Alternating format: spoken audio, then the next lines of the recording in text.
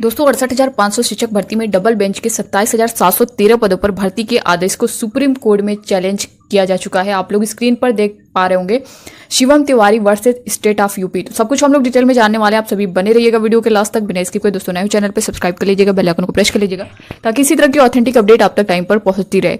दोस्तों ये फाइल आप लोग देख पा रहे होंगे, जो है फाइल नंबर, केस नंबर, यहाँ पे पिटिशनर जो है, इसको मैं बता दूं दोस्तों, जो आपकी 68,500 शिक्षक भर्ती थी, 68,500, इसमें जो कोर्ट का जजमेंट आया था 27,713 पदों पर जो रिक्त पद थे उनको भरने की बात की गई थी। 2 महीने के अंदर इसको कंप्लीट करने की बात की गई थी।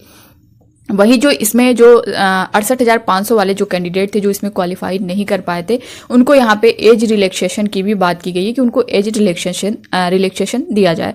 साथ ही दोस्तों इतनी तेजी से भर्ती, यानी 2 महीने के अंदर इसे भरने की बात की गई, तो जो चीज़ें चल रही थी जिस हिसाब से वो उसी टाइम कंफर्म हो गया था कि ये हाईकोर्ट का आर्डर है, अब सुप्रीम कोर्ट में तो इसे जाना ही जाना है। तो आप देख भी सकते हैं पिटिशनर्स जो हैं वो शिवम तिवारी हैं, महेंद्र प्रसाद हैं, सौरभ प्रताप सिंह हैं, मोहम्मद आरिफ शेख हैं, वहीं रमेश चंद्र यादव हैं।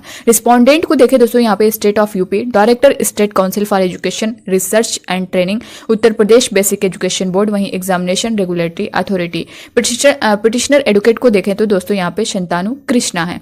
तो ये यहाँ पे होना ही था, क्योंकि अगर आप देखें दोस्तों 27,713 पदों को जो भरने की बात की गई थी, अगर ये मान लीजिए इनकेस अगर ये इन पदों को भरा जाता है तो पॉसिबल था, बट जो है यहाँ पे उन अभ्यर्थियों का क्या होगा जो, अगर आप देखें यूपी में 2021 के बाद से टेट कराया ही नहीं गया है और 2017 से लेकर के जो अभ्यर्थी अभी तक शिक्षक भर्ती की राह देख रहे थे, कहीं ना कहीं ये चीज़ें देख करके 27,713 पदों पर इनको एक तरह से कहें कि खुशी देखने को मिली। वो थोड़ी कम ही सही, बट उन्हें ये तो मिला कि हाँ कुछ तो भर्ती आ रही है। बट दोस्तों यहाँ पे अगर शांत आप रहेंगे तो फिर आपको फिर वहीं से दबा दिया जाएगा। आपके पास अच्छा मौका है, जैसा कि 5 सितंबर को महाधरना भी है। आप यहाँ पे ज़्यादा से ज़्यादा लोग सम्मिलित हो, यहाँ पे देख भी सकते हैं। महाधरना 5 सितंबर, स्थान शिक्षा सेवा चयन आयोग प्रयागराज, मुद्दा नई प्राथमिक शिक्षक भर्ती, सभी साथी अधिक संख्या में शेयर और समय पर धरना स्थल पर पहुंचे।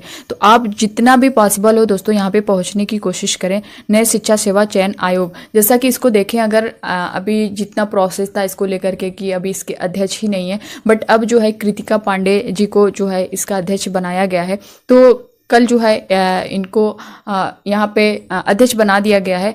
तो अब आपके लिए एक तरह से कहें कि अध्यक्ष वाला जो मामला था वो तो कंप्लीट हो गया है। अब आगे का जो प्रोसेस है वो आपको करना है। 5 सितंबर दोस्तों आपको हर हाल में वहाँ पहुँचना ही है। ज़्यादा से ज़्यादा लोग पहुँचें तभी जो है ये धरना सफल हो सकता है। यहाँ पे दोस्तों कम से कम जो 51,152 पदों का हलफनामा दिया गया था कोर्ट में, जो हलफनामा दिया गया, कम से कम इसमें अगर 27,713 पदों में प्लस 51,152 पद ऐड कर दिया जाए तब भी आपके पास अच्छी वैकेंसी देखने को मिल जाएगी। अगर आप देखें दोस्तों 2017 बैच के बाद से जितने भी बैच वाले 18, 19, 20, 21, 22 जितने भी बैच हैं दोस्तों, यहाँ पे इतने लाख अभ्यर्थी हैं। अगर आप 27,713 पद देते हैं तो ये तो उन्हीं की हो जाएगी जो 68,500 वाले क्वालिफाई नहीं कर पाए हैं।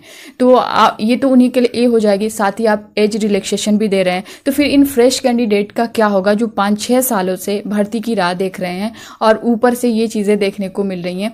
तो ये मामला कोर्ट में जाना ही था दोस्तों, क्योंकि टेट भी तो इनको करवाना पड़ेगा, क्योंकि जो अभ्यर्थी 2021 में क्वालिफाई किए उसके बाद बैच वाले जितने कैंडिडेट हैं उनका भी टेट क्वालिफाई नहीं है, तो उनको तो जाना ही जाना था।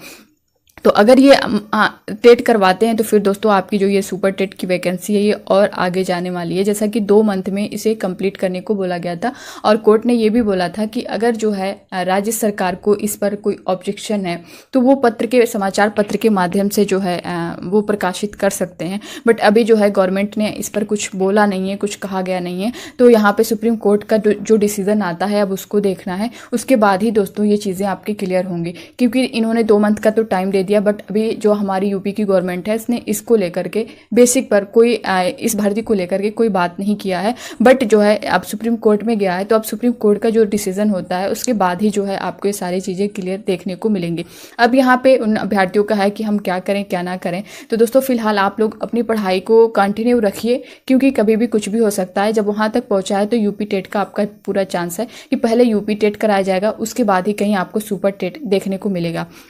और ये भर्ती दोस्तों 27,000 आपकी आती है, तो फिर जो है आप यहाँ पे फिर आपको वेट करना ही पड़ेगा, लटकना ही पड़ेगा, वरना फिर आप 5 सितंबर को है महाधरना जो है उसमें पहुँचें और ज़्यादा से ज़्यादा अपना जो है सपोर्ट करें। और भीड़ अगर ज़्यादा होगी तभी यहाँ पे कुछ होने वाला है। जिस तरह से नए शिक्षा सेवा चयन आयोग का जो अध्यक्ष है वो नियुक्त हो चुके हैं, तो उन तक ये सारी चीज़ें, ये बातें पहुँचनी चाहिए। अगर आप देखेंगे दोस्तों, इससे पहले जो धरना हुआ था जुलाई में, उसमें आप देखेंगे तो सचिव जी ने बाहर निकलकर उन अभ्यर्थियों से, डीएलएड के जो अभ्यर्थी थे उनसे कहा था कि 15 अगस्त तक जो है हम कैलेंडर जारी करेंगे और उसमें उसके बाद आपको नहीं आना पड़ेगा। बट दोस्तों इन्होंने जो कहा उस पर उन्होंने कोई भी अभी तक कुछ भी नहीं बोला गया इनकी तरफ से, और ना ही कैलेंडर जारी हुआ है। कैलेंडर भी कैसे जारी होगा, क्योंकि जो नए शिक्षा सेवा चयन आयोग इनके अध्यक्ष ही नहीं थे। बट अब जो है अध्यक्ष की भी नियुक्त हो चुकी है, तो आप लोग यहाँ पे ज़्यादा से ज़्यादा मात्रा में जितना हो सके दोस्तों यहाँ पे 5 सितंबर नए शिक्षा सेवा चयन आयोग, जो कि मैंने बताया भी है, यहाँ पे देख सकते हैं, प्रयागराज पहुंचने की पूरी कोशिश करें। तभी जो है ये आपके हक में, ये आपके हक की लड़ाई है। आप नहीं लड़ेंगे तो फिर कौन लड़ेगा। यहाँ पे दोस्तों अब बीएड वाले जो कैंडिडेट हैं उनका भी कहना है क्या हम लोग सम्मिलित हो सकते हैं। दोस्तों देखिए, जो वो भर्ती थी 68,500 की, इसमें अगर देखा जाए तो ये सिर्फ इसमें डीएलएड वाले ही सम्मिलित थे। अगर हम 69,000 की बात करें तो इसमें जो बीएड और डीएलएड दोनों थे, बट इसमें जो कैंडिडेट इसके भी निकले हैं इनका भी समायोजन करना है। तो बट इसमें तो कर नहीं सकते, क्योंकि कोर्ट ने साफ तौर पर मना किया है कि आप उस भर्ती में इनको नहीं ऐड कर सकते, आप एक नई भर्ती निकालनी पड़ेगी। तो अगर ये नई भर्ती देंगे तभी जो है कुछ होने वाला है यहाँ पे। और बीएड वालों को तो जैसा कि आपको पता ही है कि बीएड वालों को अब पीआरटी में शामिल नहीं किया जाएगा। अब 69,000 वाले जो बीएड वाले हैं वो शायद कोर्ट जा सकते हैं इसको लेकर के, बट यहाँ पे 68,000 वाले जो है ये पूरी तरह से सेफ है। बीएड यहाँ पे नहीं रहेंगे, यहाँ पे डीएलएड वाले ही रहेंगे। 69,000 वाले में अगर फिर से कुछ चीज़ें चलती हैं इधर उधर, तो फिर वो बीएड वाले कैंडिडेट जो वहाँ से निकले हुए हैं वो वहाँ पे कोर्ट जाने वाले हैं। तो ये थी दोस्तों इससे रिलेटेड पूरी जानकारी जो कि मैंने आप सभी को दे दी है। बाकी अब इससे रिलेटेड आपका कुछ कहना होगा तो आप लोग कमेंट बॉक्स में कमेंट करके ज़रूर बताइएगा। बाकी आप लोग अपनी स्टडी को कंटिन्यू रखिए। टेट होगा, टेट के बाद आपका सुपर टेट पॉसिबल है, ठीक है। वरना अगर बिना टेट के भी होगा तो 2 मंथ में ये कंप्लीट करा ही लिया जाएगा। बस जैसा कि आप देख भी पा रहे होंगे कि ये जो मैटर पहुंचा है वो इसी वजह से पहुंचा है। जो कैंडिडेट जिनका टेट क्वालिफाई नहीं है उनको तो चाहिए ना टेट, क्योंकि पात्रता परीक्षा थी तो उनको पास करना ज़रूरी है। तो इस वजह से ये मामला वहाँ तक पहुंचा है। बाकी चीज़ें जो भी इससे रिलेटेड अपडेट आएगी मैं आप सभी को इन्फॉर्म कर दूंगी। बने रहिए विजडम मास्टर चैनल पर, आपको सब अपडेट जो है यहाँ पे टाइम पर मिलती रहेगी। Thank you.